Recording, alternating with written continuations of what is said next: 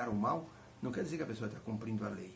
Deus quer uma ação, e essa ação tem que estar voltada para a base do amor que está nele. Por isso, vamos precisar dar um testemunho a respeito desse amor. Mostrar que realmente nós demonstramos o amor pelas pessoas que estão ao nosso redor.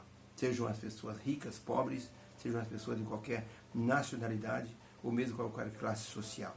Muitas vezes as pessoas ignoram aqueles que são mais fragilizados, mais pobres, e dão muito valor àqueles que têm mais assim presença e mais condições financeiras. Porque essas pessoas geralmente estão assim nos meios sociais e se dão muito bem. Então geralmente as pessoas têm mais assim preferência por pessoas assim.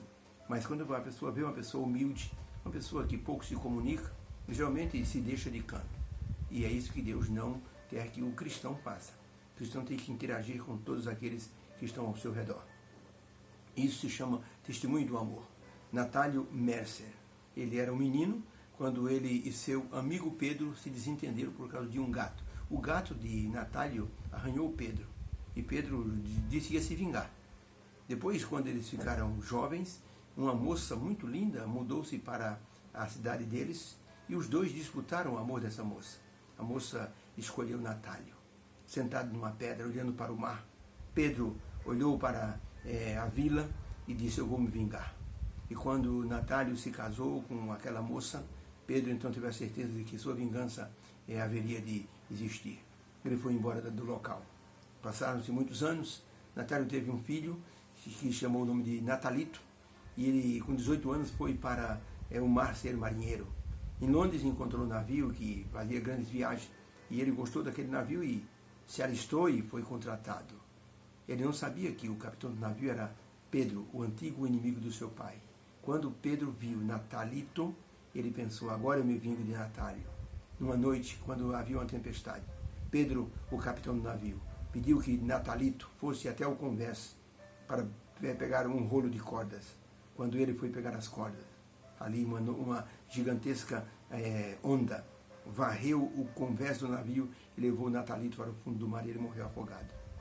O jovem que foi levar a notícia para Natálio, ele disse: senhor Natálio, o capitão não precisava ter mandado seu filho naquele momento buscar as cordas no meio de uma tempestade. Desculpe falar, mas eu acho que ele fez por querer. Meu nome do capitão do navio, o nome dele é Pedro. Pedro? Foi então que Natálio se lembrou das palavras de Pedro: eu vou me vingar de você. Um ódio tomou conta do coração de Natálio e ele disse: agora eu vou me vingar de você. Uma manhã cinzenta, onde havia muita chuva, Natálio e alguns amigos estavam na praia quando viram um navio naufragando. Eles pegaram seus barcos a remo e remaram até o navio e salvaram todos os tripulantes daquele navio. Era um navio cargueiro. E alguém disse: o capitão está no camarote dele, está doente. Pedro é o nome dele. Natálio então subiu até o camarote e encontrou o seu velho inimigo Pedro. Ele pensou, enquanto segurava Pedro nas costas: é só jogá-lo ao mar e está tudo acabado. Mas Natálio era um cristão. Ele disse: não posso fazer isso. A lei de Deus não me permite fazer isso. Jesus Cristo disse: amai aqueles que vos perseguem e aqueles que vos maltratam. Então Natálio entregou Pedro nas mãos dos marinheiros que o levaram para a praia. Pedro foi para o hospital e quando ele soube que a pessoa que o salvara, o nome dele era Natálio Mercer, Pedro ficou muito emocionado.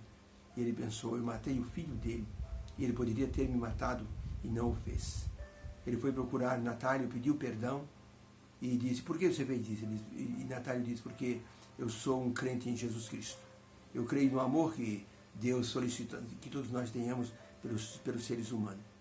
Natálio disse: você também, Pedro, precisa ter esse amor no coração. Se você quiser ser perdoado por Deus, você tem que ter esse amor no coração. E Pedro entregou o coração a Jesus. E Natálio mostrou na prática o que significa amar uns aos outros. A pergunta de número 5 tem o seguinte enunciado: que mensagens importantes Tiago nos quis passar no seu capítulo 2, de 1 a 3. Diz assim: meus irmãos, não tenhais a fé no nosso Senhor Jesus Cristo, Senhor da glória, se for em acepção de pessoa. Porque se no vosso ajuntamento entrar algum homem com anel de ouro no dedo, com trajes preciosos, e entrar também algum pobre com um sórdido traje, e vocês atentarem para aquele que traz o traje precioso, e disserdes para essa pessoa rica, senta-te aqui no lugar de honra, e você dizer para o pobre, você fica aqui em pé, ou senta aqui abaixo no estrado dos meus pés. Porventura não fizesse distinção entre vós mesmo, e não vos fizesse como juízes de maus pensamentos? Ouvi, meus amados, diz Tiago, nós mesmo nos fizemos juiz e não podemos ser assim. Porventura Deus não escolheu os pobres desse mundo para serem ricos na fé e herdeiros do reino, que prometeu àqueles que o amam, mas vós desonrastes o pobre, e vocês, porventura, não vos oprimem os ricos, vocês desprezaram o pobre, mas neste mundo, quem leva vocês aos tribunais são os ricos. Eles que vos prejudicam. Porventura, não são os ricos que blasfemam o bom nome que sobre vós foi invocado? Todavia, se cumprirdes conforme a Escritura, a lei real, amareis o seu próximo como a ti mesmo, bem fazeis. Mas se vocês fazem acepção de pessoas, escolha de pessoas, vocês estão cometendo pecado, e vocês serão assim redarguidos pela lei como transgressores. Então a pergunta é, que lição importante Tiago quer nos ensinar? Resposta, Tiago está nos mostrando que fazer acepção de pessoas, isso não pode acontecer entre os filhos de Deus, e que Deus condena quando somos levados para esse lado praticando uma injustiça contra alguém que é mais simples. Tratar bem quem tem posses é desagradar a Deus, porque você estará desprezando os pobres, e isto é um pecado diante de Deus. É isso que Tiago está nos dizendo. Não façam acepção de pessoas. Não escolham pessoas para que vocês honrem. Vocês devem preferir a todos com privilégio, porque isso significa uma opressão. E quando os pobres são maltratados, Deus, ele se zanga com aqueles que deveriam protegê-los. Ellen White escreveu no livro Mente, Caráter e Personalidade, volume 2, na página 208, o seguinte: Deus, ele nos dá fortes motivos que nos devem constranger a amar uns aos outros com o coração puro, fervorosamente. Cristo é o nosso exemplo. Ele andou fazendo o bem, viveu para beneficiar a todas as pessoas. Quando amamos as pessoas como Cristo amou, nós estaremos preparados para o céu, porque o egoísmo terá sido erradicado do nosso coração e sentiremos prazer e alegria em imitarmos o nosso amado Salvador no trato com as pessoas. Jesus Cristo, ele disse, acima de tudo, amai-vos uns aos outros, porque o amor cobre uma multidão de pecados. Palavras de Pedro, escrevendo em 1 Pedro capítulo 4, verso 9. Disse um médico, se o ser humano não amar o seu próximo, ele vai ter um vazio no coração. Amar o próximo, assim, faz com que a pessoa ela se sinta completa. Se você deixa de amar o próximo, você perde o desejo de viver. Você se desequilibra emocionalmente e a sua vitalidade física e mental diminui. E a sua resistência imunológica vai diminuindo e você pode sucumbir a muitas enfermidades fatais.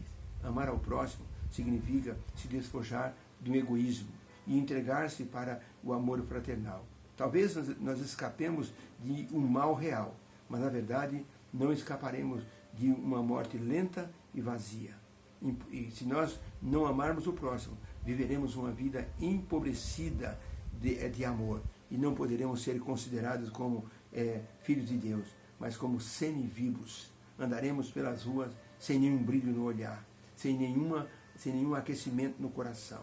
As alternativas hoje são, na verdade, duas. Ou você ama, ou você perece. Do livro Smith Balton, ou seja, ame ou pereça.